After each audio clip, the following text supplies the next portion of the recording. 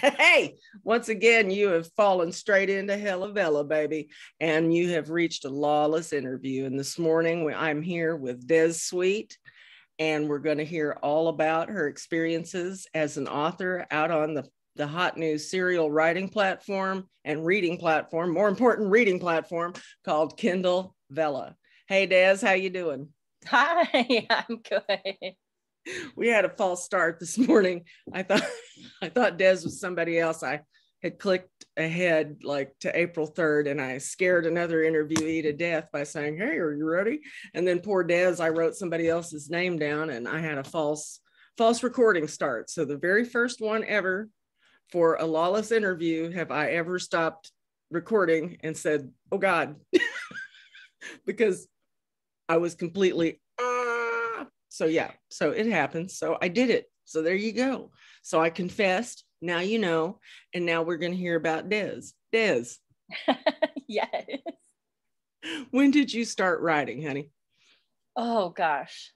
I mean, I feel like I was one of those kids that was always writing, even when it didn't make any sense.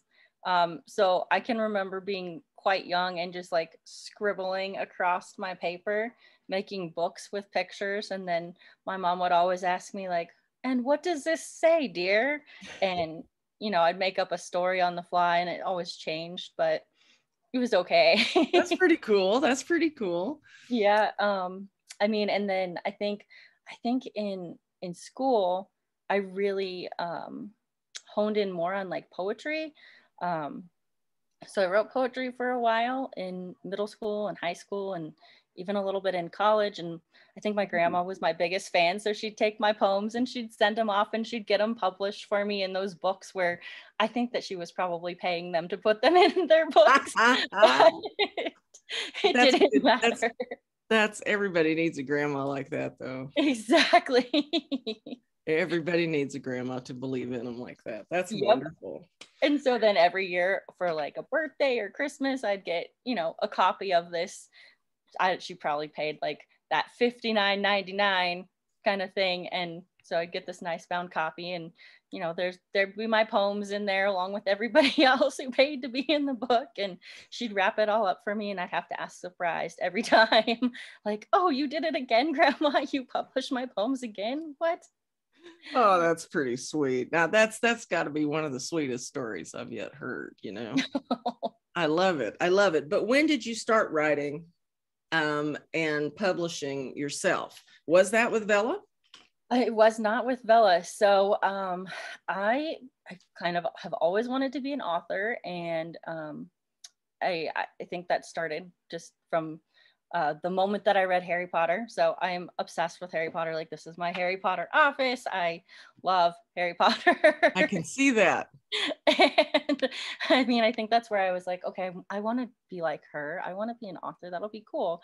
And I kind of always put me on the back burner, right? As a mom, you're always worrying about your kiddos and all of that stuff. And the pandemic happened and I had extra time, right? Like time that I never had before. And I was like, what am I going to do with my time? Like, holy moly, I don't even know what I'm doing with myself. And I decided, I think I'm going to start writing finally and do something with that. And I found a couple of different apps and stuff like that. And I was offered a contract with Starry Writing, who runs the Dream app. So I actually started over there, I want to say in July of 2021. Cool. So I'm a beginner. I'm a baby. I just started. And so I've been with them for the last 6 months, and you get all those people in your DMs all the time, like, "Hey, I'm with this app. Would you like to come and write for us? We're offering X amount of bonuses, and then you get paid monthly this way, and we'd love to have you in our writing competitions." And I always ignore them, but then I got one from somehow something about Vella, and I was like, "Oh, well, Amazon's doing it. Like, this sounds interesting. This might be legit." Yeah, right. And like, normally you look these things up and I'm like, no, I think the app I'm on is better. Yeah. But I was like, Amazon. Yeah, I might need to chew on that a little bit. And so I started thinking about it and I kept going back to this link and reading up about it and just constantly going back and pondering. And I finally decided, I was like, okay, you know what? maybe I'll let a story just come to me and then I'll try it. And even when the story came to me, I still went back and forth between Amazon and another app that had contacted me and was just like making lists. And my husband looked at me, he was like, okay, really? Why are you doing this?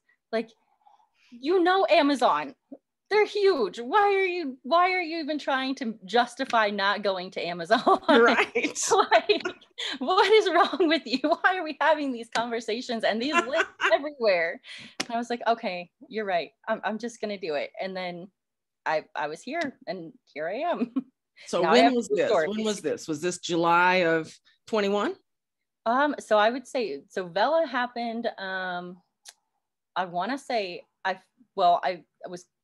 I found the links and was contacted and all of that, those ideas about, hey, come write for Vella, come write for Amazon. That was probably around December, I want to say. And I chewed on it that long until the middle of February when I finally was like, who cares that it's the middle of the month? We're just going to do it. It's fine. People do that all the time, right? They don't wait till the first of the month. No, not that I know of. Practice. So I chewed on it for a while. So you're saying that you didn't start, you're not saying you just started like 2 or 3 months ago. No. So I started on Starry in 2021 in July. Right. Is when I got my first contract with them. And that's for a book called His Dark Fairy. My editor / promoter, it's weird the way they assign things, came to me and was like, hey, we want you to write a second one. And I started a second one on that app in, I want to say it was probably October of 2021. Mm-hmm. And then in December, I found out about Vella, and I thought long and hard about it all the way until, I want to say, right around the second week of February, like maybe February 12th or something like that, before I put publish on my first chapter on Vella. And what is the name of your Vella? So my first one that I have is called The Darkness, Secrets of the Bayou. The Darkness, Secrets of the Bayou. Okay.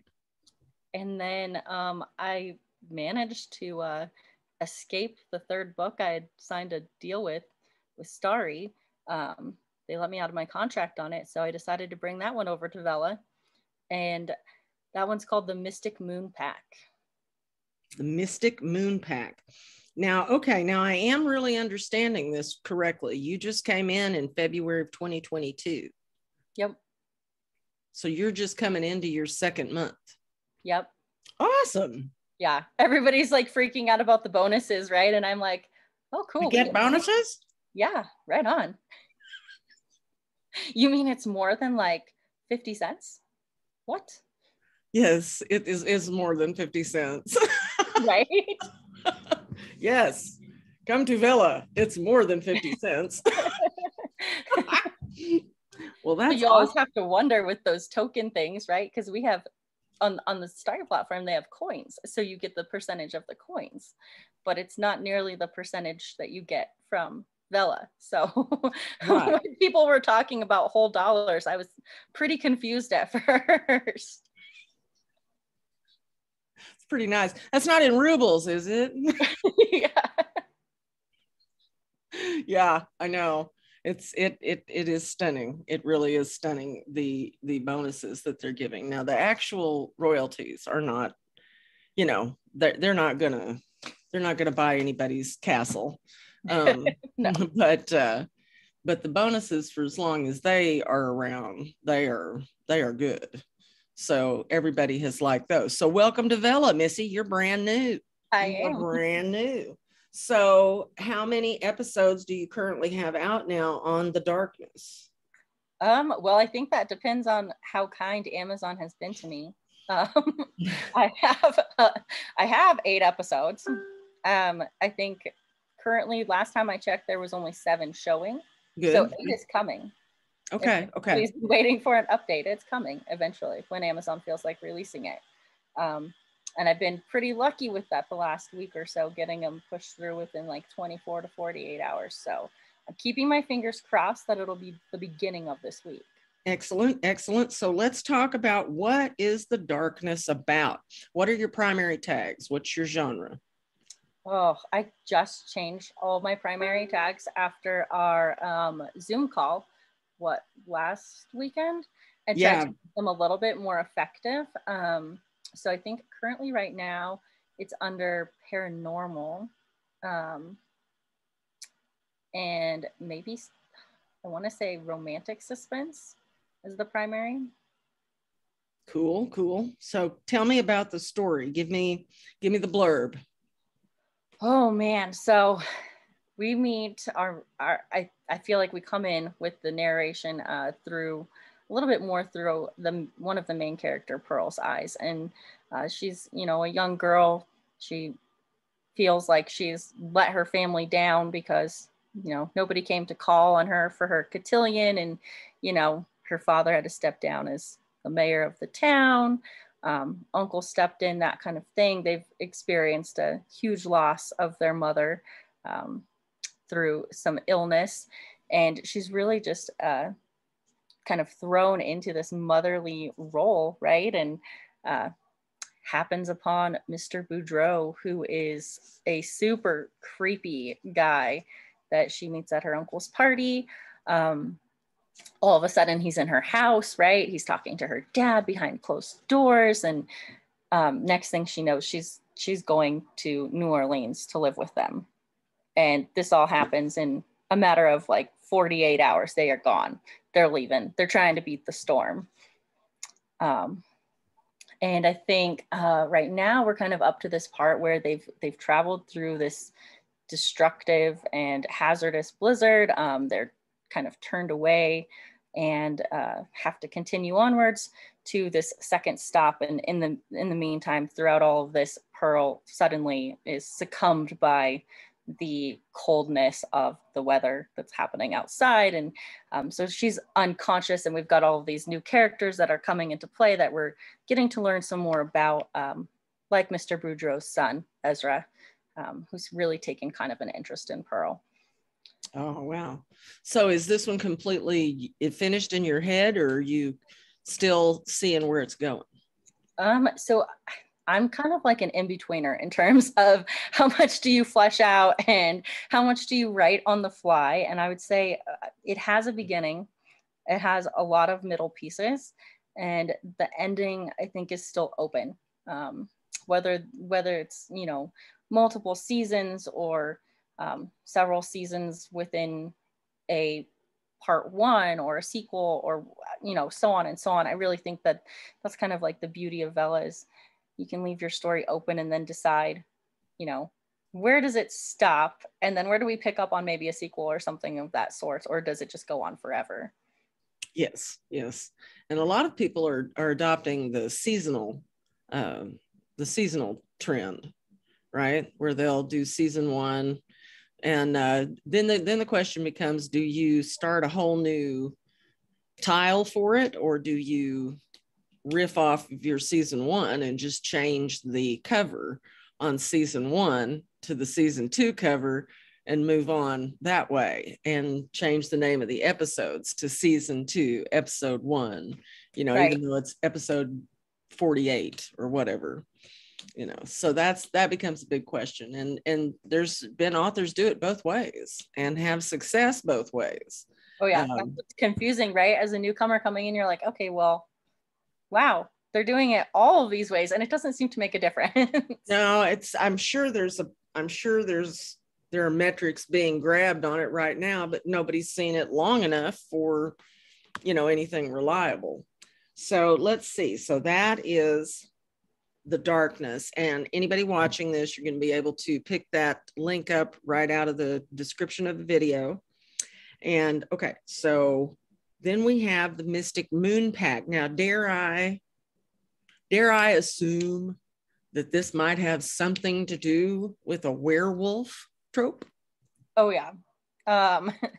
So they're both kind of a werewolf trope. The first one just doesn't tell you that, right? I see. It tells you, but it doesn't really tell you. It leaves it a little bit open to your imagination of just how monstrous these werewolves might be. And then you have Mystic Moon Pack, which is really just this like light, fluffy, more YA, I would say, book that's kind of unfolding in my head. It also has, I would say, a pretty clear beginning and lots of middle parts, but not necessarily an ending in sight.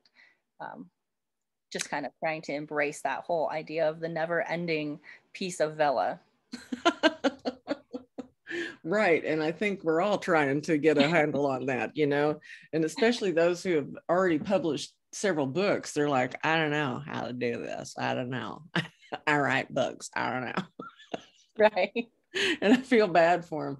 At the same time, I'm like, I don't know if I feel so bad for you or not. You have 20, 25 books out there. I'm just not going to feel bad for you. Right. You have your books to fall back on. That's exactly right. I have Vella. So let's see. So have you done a lot of reading on Vella? I have done a lot of reading on Vella. That's one of the things that I've tried to focus on a lot over the last couple of weeks, is just reading other people's work to kind of understand, like, what does the algorithm pick up on? What do the readers pick up on? What are the popular tropes over on Vella compared to where I'm coming from? And really just to get an idea of that writing style, right? Because I'm coming from more of an internationally based app where they do a lot of first person. That's really been pushed heavily over there, is to write everything in first person, multiple point of views, that kind of thing. And I think that that's just different with every single one of these platforms. Is you're marketing to a certain type of reader, and the sooner that you can understand that, really just like the more successful you're going to be with your writing. So I think it's always important to be studying and building the community, right? I think Vella is still very much in its infancy, and so we have still a very small community in comparison to a lot of these others more developed apps, right? The platform I'm coming from, there's millions of authors, and these books have hundreds upon thousands of millions of views. Like, I think over on Vella, the highest I've seen is under 100,000. And so when you're comparing size and getting to be a part of that community and being like becoming kind of like a founding author of the community is really helpful too, I believe, because once it takes off, right, you need to know people. And if you haven't taken the time to network and develop friendships with the people that are also helping to grow the platform, you very much so could just be left behind and not knowing what's going on. Hanging out on the fringes. Yeah. Yeah, that's probably true. And I'm really enjoying what's going on with the Vella community. It's a pretty tight knit community, and everybody's been so nice. And it's, I don't know, I just like it. I don't have anything to compare it to, because I, started with Vella, and I haven't done a lot of self-publishing like these other people have, but they tell me, the ones who've been out there and been publishing with Kindle and been self-publishing books, tell me that this is a very open community comparatively, that people are more generous, more open, handed out here. I don't know.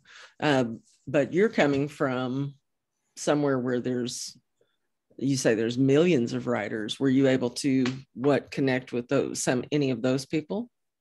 I mean, I think that's just kind of who I am. When I think about everything that I want to achieve, it's really about building a brand, right? And so I think it's important that you are your brand. You become this persona, right, so to speak.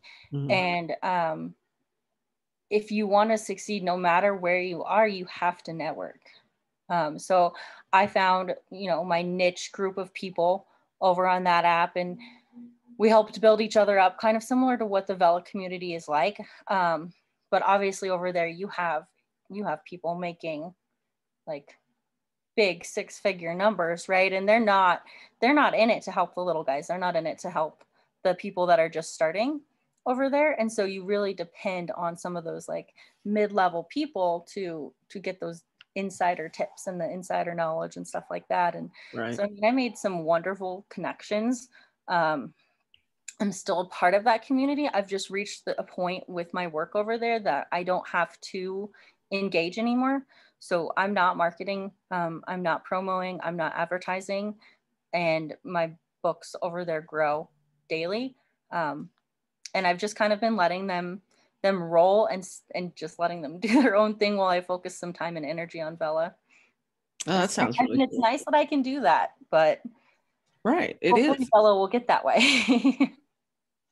Well, I think it will. I think it will. It's not even a year yet. We still have a few months to go before it's even been live and operational, like the Death Star for a year. We're not there yet. So I'm looking forward to that. I'm looking forward to the year anniversary, because corporately you sort of look at that as a hallmark and a high water mark. You're going, how are we doing? And you always want to be able to look at your year-end metrics and say, oh yeah, this was good, this did well. So I'm expecting to see some hustle and flow before we get to July from them. It's encouraging too. I've heard that they keep increasing the pot, I guess, so to speak, every month is what I'm hearing. Yes. So I think that's encouraging, along with that 1 year mark. Yes. People are starting to feel more secure. I know I feel better, just kind of knowing like, okay, everything's gonna be okay. And it was okay to listen to your husband. He can be right sometimes. Now that might be the only time you get to say that, but Yeah, don't tell him. I won't. Okay, now that I've sort of put you on the spot, I'm going to put you on the spot even more. Can you tell us a couple of your favorite Vellas? Ooh, yeah. I'm gonna cheat though. I have to look at it. Okay. No, that's all right. Remember all the names of these. I mean, when I tell you that I've done a lot of reading on Vella, I mean, I really have, like, and I've been trying to, be like helpful and give out nice reviews, and I'd love to be able to post them to Amazon directly. But they say that my account is too new, so I have to keep waiting until I can like actually give people stars and stuff and have it formally show up. So well, when you are able to review, make sure that you're very sparing with it, because several Vella authors have lost their rights to review due to over reviewing. Right, I'm like, it's gonna have to take me so long to do it. I'll have to do like once a week or something. I give out a review every 6 weeks. Oh, see, it'll take me even longer. See, and I do that to protect my account that I've had since, the early 2000s. So anyway, go ahead. All right, so one that I really, really like, and I think it was the first one that actually made me buy tokens, was 666. 666. All right. I'm such a sucker. I really am for the creatures of the night. That's Joey Fromling's work. She's awesome. Yes, indeed. I really like her. I'm trying to think. I'm still scrolling through my list. What's the other one that I really like? Oh, I also really liked the Sliders. It was definitely like a comfort book, right? Like, I didn't feel like I was being shoved into an adult genre, and I still felt like I was kind of safe in a YA genre at the same time. It's Kim's book, isn't it? Yep. It was just comfortable. Like, I loved that one. I definitely was like, oh, that one took me back to being a young reader, where I was still trying to discover what I was interested in and everything. Well, and Kim knows kids. Did you watch her interview? Yep. She's got 10 of them. I know. How does she have time for anything? Well, right. There are just some women born with extra, Yeah. She's got to be one of them. No way would she be alive without being one of them. Exactly. Okay. And then I think my last one that I've really been following pretty heavily is Styx. I just really like that one. Like, it is honestly not something that I would normally gravitate to, because of like the darky, like creepy, dark scare factor, because I'm totally a chicken. Now, who wrote Styx? I love that. That one's Brianna Leslie. That is wonderful. That's great. You've been the only one that has been able to give me 3. Oh, I could give you more, but you'd have to wait for me to keep scrolling. Well, what I want to know is, where do you get your ideas? I don't know. They really just come to me. I feel like they come to me everywhere. I told my husband the other day, I was like, gosh, I feel like a crazy person. I just want to yell at the characters in my head sometimes, like, wait your turn. Can y'all Wait just your turn. stop and wait your turn? Like, please stop giving me ideas and just wait your turn. I keep like I keep a notebook in my backpack because I'm a backpack person, not a purse person, but I do have a purse collection, I will say. There's a purse inside the backpack, isn't there? Right. Just in case you have to go out to lunch, you know? Yes. I just have too many things that I like to take with me. I once shoved my laptop into my backpack and my husband was like, why is this so heavy? And then started emptying the contents like in front of the company we were with, and they all had a jolly good laugh at my strangeness for the items I feel I can't leave home without. Oh my God. Yeah. I wouldn't want anyone to see mine.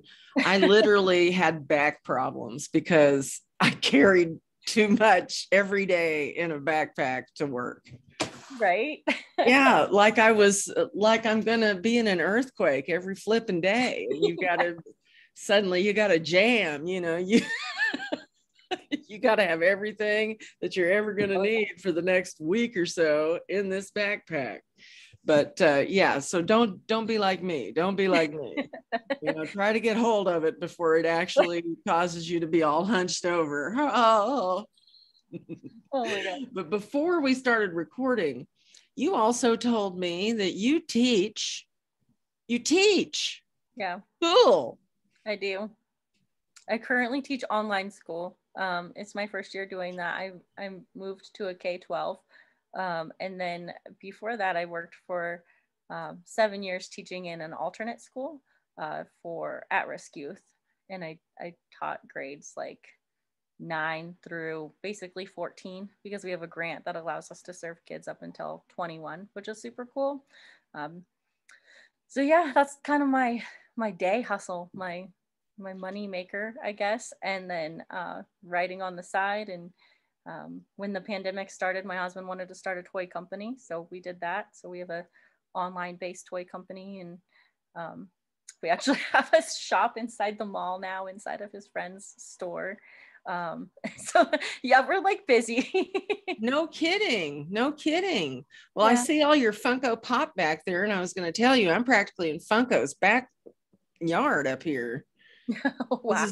This is where Funko started. It's a little town in Everett, town called Everett, not in Everett, for God's sake. It is Everett. And here in Washington, and that's where Funko got started. So you got a lot of those. Well, show me one of your toys. Do you have one of those? One of your brand of toys? Oh, my brand? I do actually have. Well, let's have a looky-loo. Hang on. I have to get it down. All right. You're wearing pants, right? I mean, this is a PG show. I'm wearing pants, I promise. We had a Comic-Con that we went to this weekend, and so a lot of our display stuff is still downstairs in boxes because we were. Oh yeah, cool. They had some cons this weekend. Let's have a look. All right, so this is our logo bear. He's our dear God bear. He's 3D printed. We have some friends at this company called the Henchman's Hideaway, and they do all of our custom like 3D printed toys. So, let's see a 360 of him. Let's have a spin. Oh, let's see. Oh, hand painted and hand done up by them. He glows. He's black light reflective. He's pretty cool. Oh yeah, I'm sure he's not scary at all in the dark. I'm positive. Yeah, no. No, he's not. And that's like, this is our second run. So our first gen run has a pink donut instead. Very cool. Yeah, and then we do little like special edition ones. So we did some Halloween ones, and trying to figure out what the next thing we're going to capitalize on is. I can't tell you because they might see this video and then somebody might copy us before we print ours. I would make a face and say, oh, come on, don't worry about that. But, I have seen a lot of stuff in my life. And yeah, We should have X'd that out. Oh, no, they won't copy those ones. They might copy our new idea. That's why I can't tell you what's happening. No, let's not talk about that. I don't want to talk about anything that somebody else might, screw an artist or a maker out of. Oh my God, there's just way too much of that going on right now. Well, that sounds awesome. And it sounds like a great companion industry to go with writing Vellas. Oh yeah, I cannot wait. Thinking up characters and merchandising. Oh yeah, like I was super bummed I couldn't print some cards up in time with bounce pages to hand out for my Vellas. Nice. So I was like, I mean, like most of our market is middle-aged men or kids, right? But they all have wives, they have ladies, and they might like to read. So that brings me to this question I ask everybody. What are you doing to market your Vella? You got any tips for us? I'm doing like everything I can to market my Vella. It's hard. So coming from the other platform, when you reach a certain point and you hit these success criterias, they give you someone that does all of your advertising for you. So like they run all my ads, they run all my promos in app. I do nothing. If I want to self promo, I can go to their groups and drop something in there and I'll get, like 1,000 read turnaround in a day kind of thing, because they're just that much bigger. But Vella is just still starting out. And I think really we're going to start seeing the readership growing, because I think right now Amazon's big focus has been on making sure that they have content to support it. Right. And so I've been trying to go everywhere I can. I've tried Facebook, which is, it's moderately successful. I think we're still trying to find the readers that exist on Facebook and in Facebook land, because a lot of them already belong to, pre-existing groups. And, you have to get into those groups and start to, again, network and make friends. And then, you're suddenly your best friends with the admin or something. And they're like, oh my God, I didn't know you wrote a book. Post that up, like throw it up there. Yeah. And so I do a lot of that because I'm also still a reader. But I'm a crazy reader. I've got piles of books everywhere where you read a chapter here and there. And then you're like, oh, I found another book. Oh, this one's on my list too. And yeah, so I'm reading like 20 books at a time. I like how Vella lets you do that though, and it does. I know. And I feel guilty when I'm reading other books, like paper books, and I pick it up and I only read a little bit of it and then I move on. I feel guilty. I feel like, you are such a loser. Pick that up and finish it. My God, you're retired now. What's your excuse now? Well, I'm writing now. I'm writing. Yeah. And, but with Vella, I can have 20, 30 stories going at once and I don't feel badly, because the ones I'm reading, there are very few of the ones I'm reading that are finished. Probably very few of them that I'm reading that ever will be. But,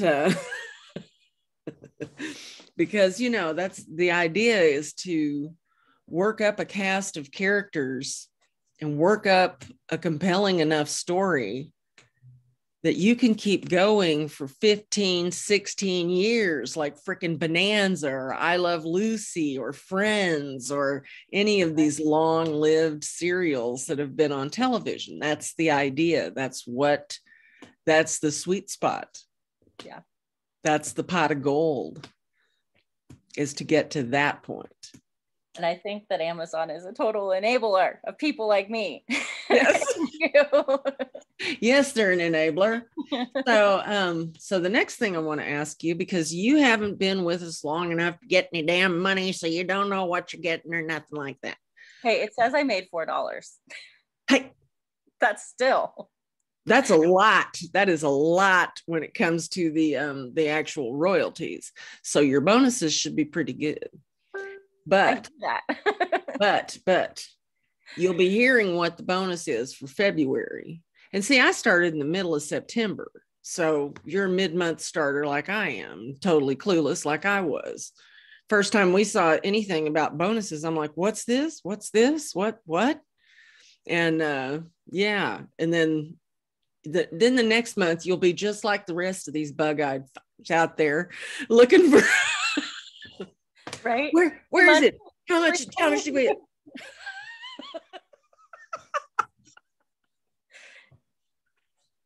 You'll try not to, but you'll do it anyway. I probably will. I mean, I'm already like that with like Instagram and TikTok. Like, I don't know, my sister made me do it and now I'm obsessed. I can't get on there and not spend hours on there, like joining these follow trains and all of that. And then all of a sudden it's hours have gone by. I know. It's crazy. And I fell into TikTok, and initially I was just like, TikTok is stupid. Yeah, it's hard to work. TikTok is stupid. And then you figure it out. Mm-hmm. And you become a TikToker, and you figure it out, because it's like, and the stuff that you didn't think was funny before, because you know kind of what it is, TikTok is now, it's like, right. And then I have the 11-year-old in my ear, Mom, don't go on TikTok and be embarrassing. I don't want my friends to find you. I would immediately go on TikTok and embarrass the crap out of him. Although, no, I say that, and yet I know that's a serious problem. Not moms embarrassing their kids, but kids getting shamed on social media, which, God damn, I remember how mean kids were in my day, and we didn't have social media. Oh my God. Oh. I know, I couldn't imagine it. I'd be in prison. I would. I just wouldn't have cared. But okay. So high school teacher, you've told me who your favorite, who you are reading that you really like. Now I'm going to really put you on the spot. Oh no. If you were the decider, you were the keeper of the keys to Vella and its full range of whatever the hell, what would you change if you could change something? And I only get to change one thing, right? It can be two.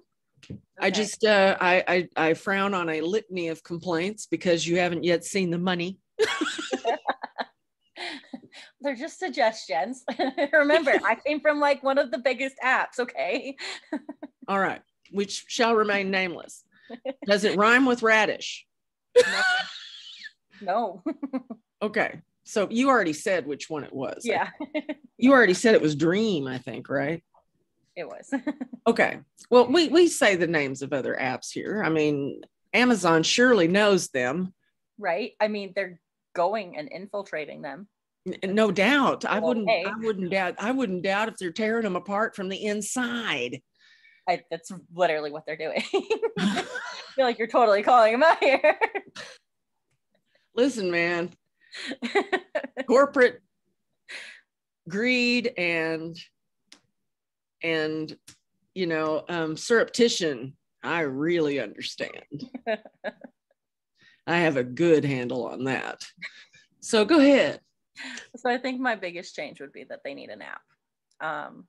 I find, as a person from an app, that the most annoying thing about Vella, and I hate it as a writer, I hate it as a reader, is that it's not an app.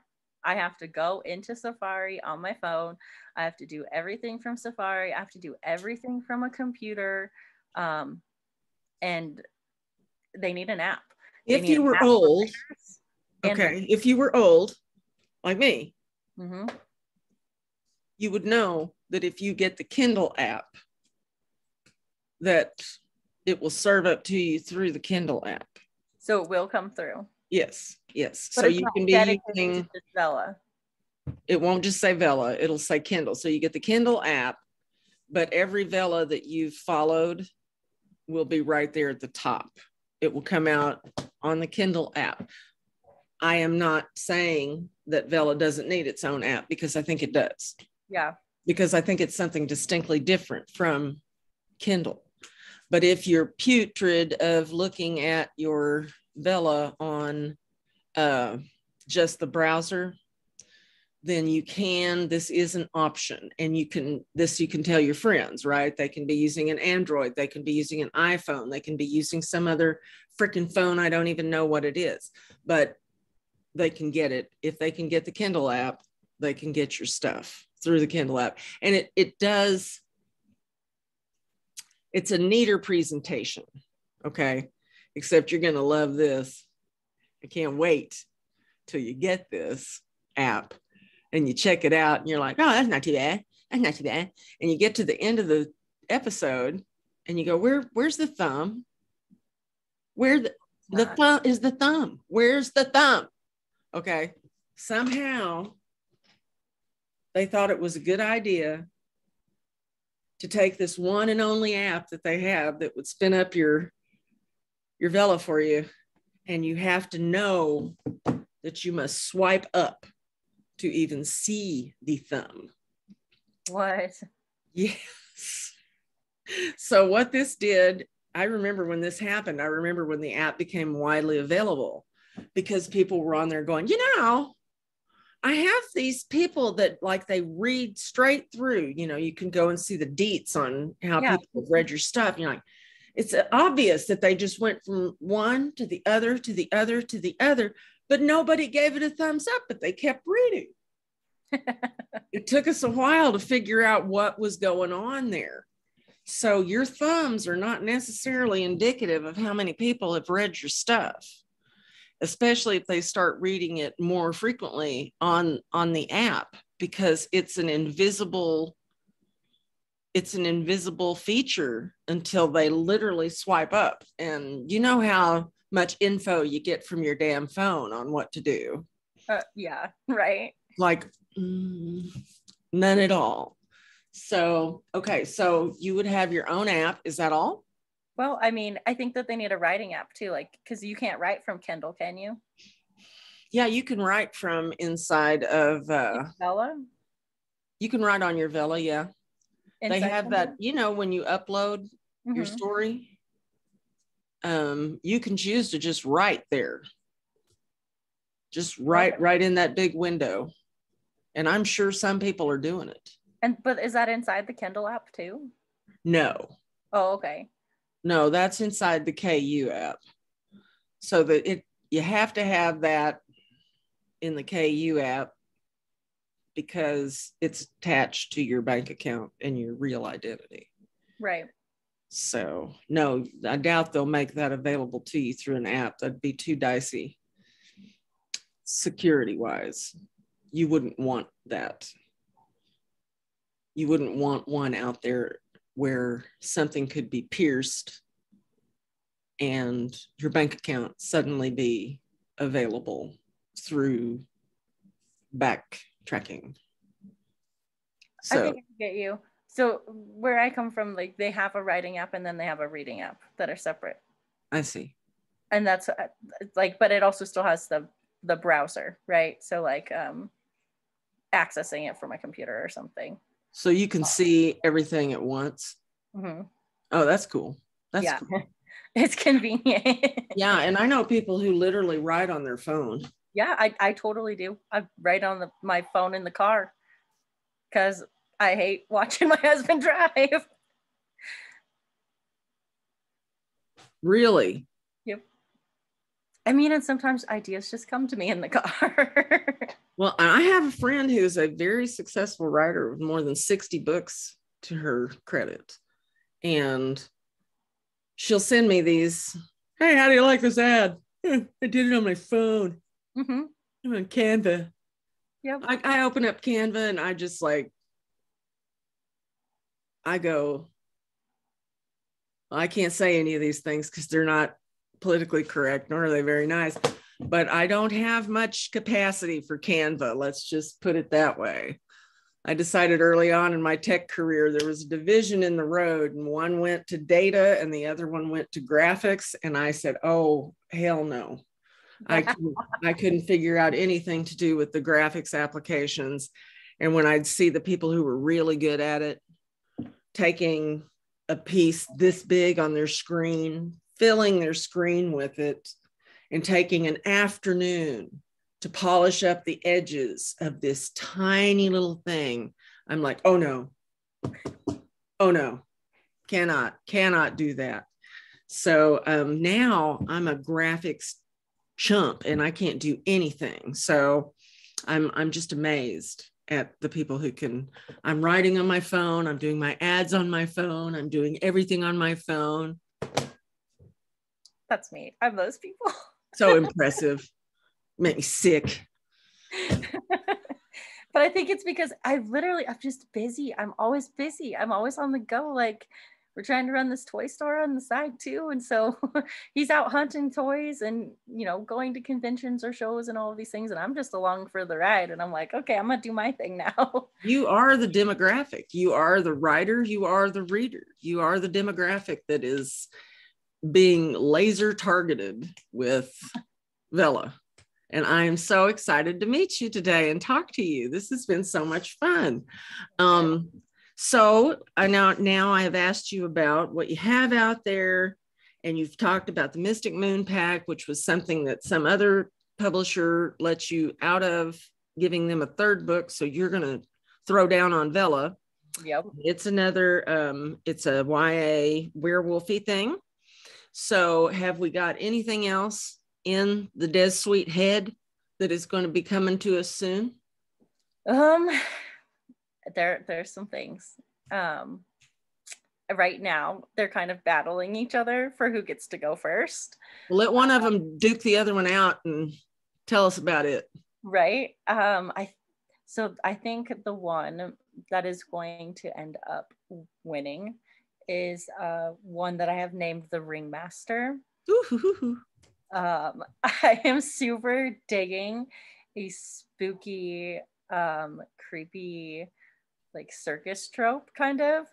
I'm also a obsessive Greatest Showman person, so I really want to capture a bit of the love story between the Ringmaster and the Tightrope Walker. But that's all I'm going to tell you. yeah, that's very good, very good. And did you see that Guillermo del Toro has a new creepy ass movie out? Yeah, circus stuff with the circus tropes. Did you see that? Did you watch it? I haven't watched it yet. I've seen the preview. I have to build up to the creep. Like, I'm enjoying writing creepy things, but I'm a chicken. I don't enjoy watching creepy things all the time. I have to like psych myself out for it. I'm like, okay, on Friday we're gonna watch a scary movie and everything's gonna be okay. And I'm gonna do it with my back up against the wall and my head clasped like this so I can see everything. Yeah, I watch movies like this all the time. My husband's like, just stop it. Yep. And Guillermo del Toro will bust one out on you. Sometimes he brings such horrific images to his films. Like, he had the most repulsive moment on film I'd ever seen up until that time. Probably still wins the prize. Did you see Pan's Labyrinth? Yeah. Do you remember the guy who gets beaten to death with the wine bottle in his face? Yeah. That one, to me, I couldn't watch that a second time. When we were watching Pan's Labyrinth again, I'm like, whoop, here it comes. Told my fiance, then I'm like, tell me when it's over, because I'm not watching that a second time. It took a long time to get that out of my head. Yeah. And the new one is the circus one. Do you remember the name? I can't remember the name. I've seen it. I can't think of the name. I know exactly what you're talking about because I watched the previews for it. My husband was like, oh, we need to see that. And I was like, you must. And he did a lot of research on the old circuses and the old carnivals. And man, after I got finished watching that one, I'm like, well, I know why my mother and dad would not let me go anywhere near these places when I was a kid. Because I grew up in the South where they still had these little traveling shit shows. You know, traveling pedophiles is more like it now that we know what's actually going on. Right.